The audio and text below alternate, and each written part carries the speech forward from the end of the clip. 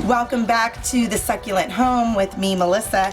Today I'm going to show you how you can take one of your overgrown pots, or maybe you found this like I did at the clearance section in Lowe's, and how you can redo these overgrown, ugly, leggy echeverias, and how you can rearrange this back to something beautiful and appealing.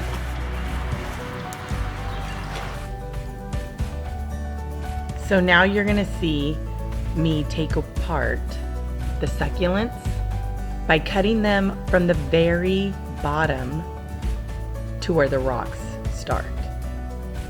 I'm gonna go ahead and cut them, put them off to the side, and then I'll trim them a little later.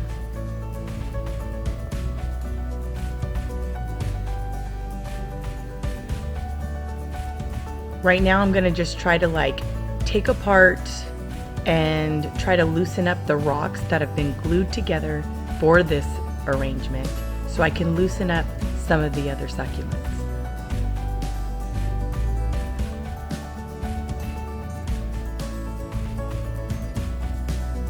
You got to put a lot of elbow into it because they're really stuck in there. A lot of these arrangements that are pre-arranged already when you buy them in the store, like Lowe's or Home Depot, have rocks on the top as top coating, but they're glued together. So right here, I've taken this echeveria and I'm taking the dead leaves off. I'm gonna go ahead and loosen up some of the dirt while taking the dead leaves off and put it to the side.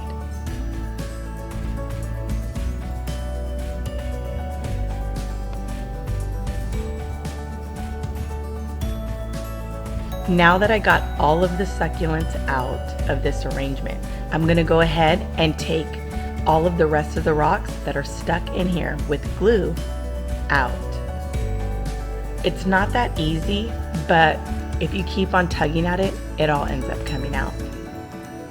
And if some rocks are left behind, that's okay, because it helps the soil be able to have less water soaked into it when you water the plant in the future.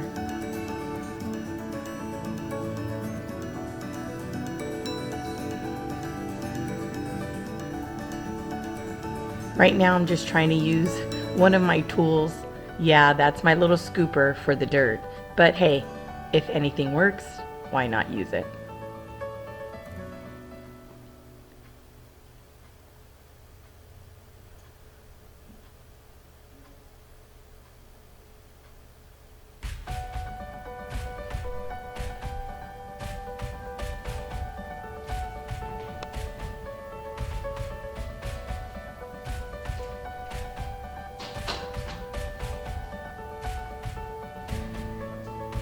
I didn't realize how stuck they were in there until I started pulling them out.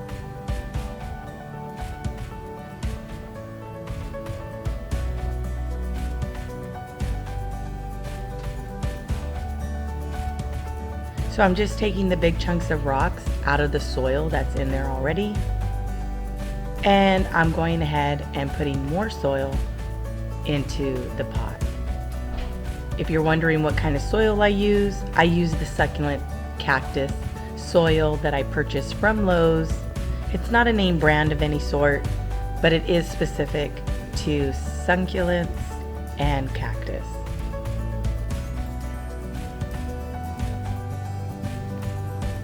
You want to fill it up to close to the rim as you can.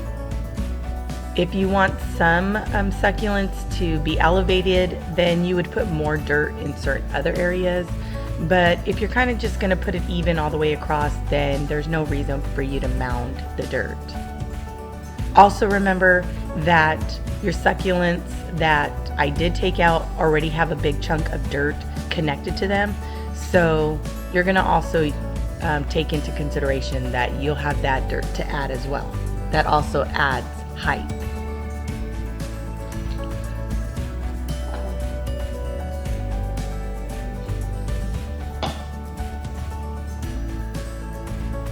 So at this point, I'm just shaking off some of the excess dirt that I don't need from this particular echeveria. I'm gonna go ahead and dig a little spot for it, and I'm just gonna scoot it all in there and just pat a little bit of soil around it, making sure that the roots are all covered.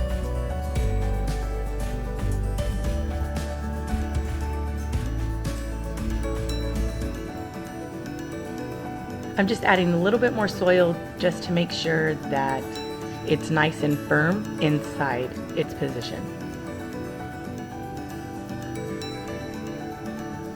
Again, I'm just doing the same thing with this succulent.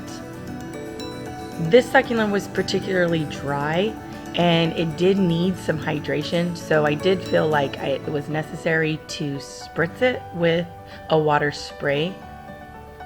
I'm going to end up taking a little bit more of this soil off after I spray it, just because it's just so much for that little section.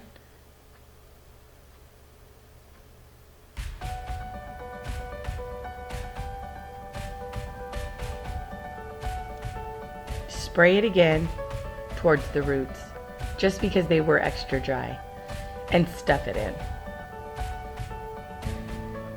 I'm just doing a pressing motion to make sure it's nice and firm on the inside of the soil that's already in there. I'm going to go ahead and add a little bit more soil to the back, again to cover up the roots, and I'm also going to do it towards the middle and a little bit towards the front.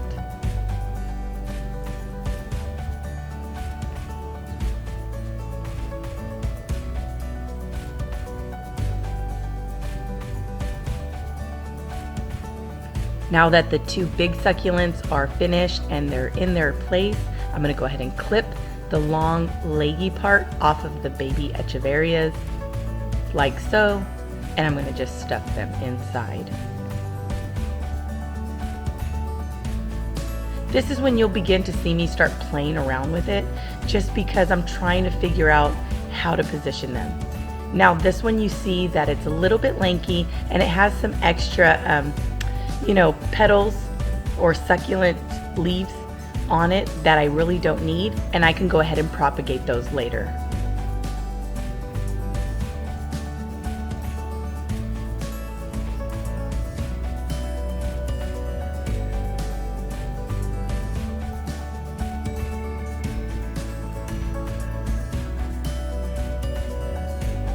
You're going to want to just trust your eye at this point. If you feel like it's not looking the way you want it to look, don't be afraid to go ahead and take out what you've already planted in order to rearrange it. It's okay. I've done it plenty of times and it all works out at the end anyway. So don't be pressured that just because you placed it doesn't mean you can't take it out and replace it. I'm just kind of cleaning it up around the edges of the pot, trying to see if this is how I like it, if this is just enough and I should stop, or if I should try to take clippings from other plants around the house in order to see if anything would add a little, oomph to the arrangement.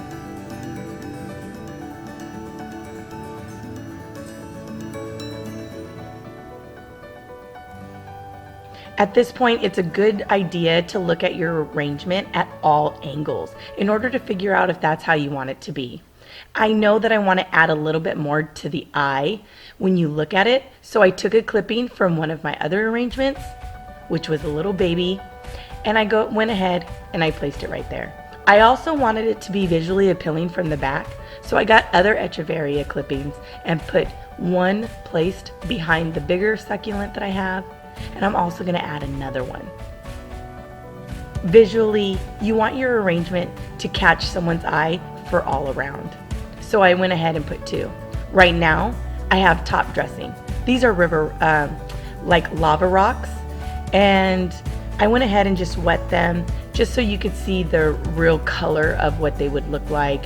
They've been laying out in my ground, in my grass, and so they kind of got dirty.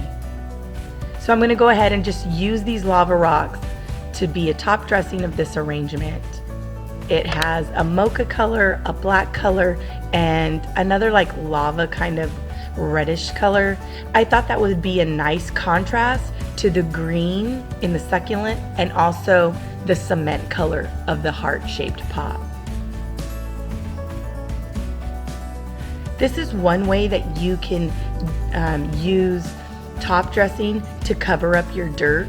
So whether you're using sand as a top dressing, little pebbles, or just other rocks that you have in your yard, don't be afraid to mix and match, because the contrast between elements of earthly material really does enhance an arrangement.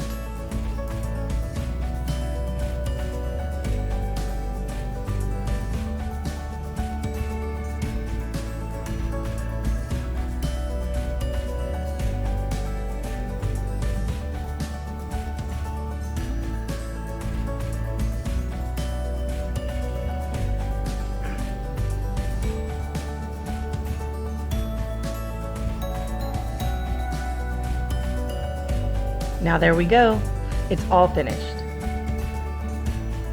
Now at this time you're gonna probably wanna like tweak certain things. Right now I'm spraying it with, just spritzing it with some water, just so that it can help take away the dust or the dirt that was left behind, but also give it a fresh little spritz to make it refreshed. As you can see, this little discount arrangement that I got from Lowe's for only $9 on clearance, I brought back to life. I added a little personal touch of my own, and this arrangement that only cost me $9 can be resold for $20. So if this is something that you also would like to do and then repurpose and then resell, you can make yourself a little pretty penny. Well, I really hope that this arrangement inspired you to do something at your home. This is just another succulent arrangement that inspired me. When I saw it, it was leggy, it looked dried out, it was on clearance at Lowe's, and I saw the beauty in it, and when my husband pointed it out to me, I was like, I can bring that thing back to life. And so that's what I did. You saw exactly, I took you step by step of what you can do when you see already a pre-made arrangement. Don't let it fool you to think that once it's gone a certain way bad, that it's not able to come back. It is. If they grow out, if it's lengthy, go ahead, you can cut them, you can put them, replant them. Don't let it intimidate you. So don't feel like you can't buy an already made arrangement. Those rocks, although they're like glued together, you see me, put a little elbow in it and it all comes out. So again, I hope that this inspires you to go and make an arrangement at home that's similar to this one. And yeah, that, you know, it inspired me to want to do another one. So from my succulent home to yours, God bless. Bye.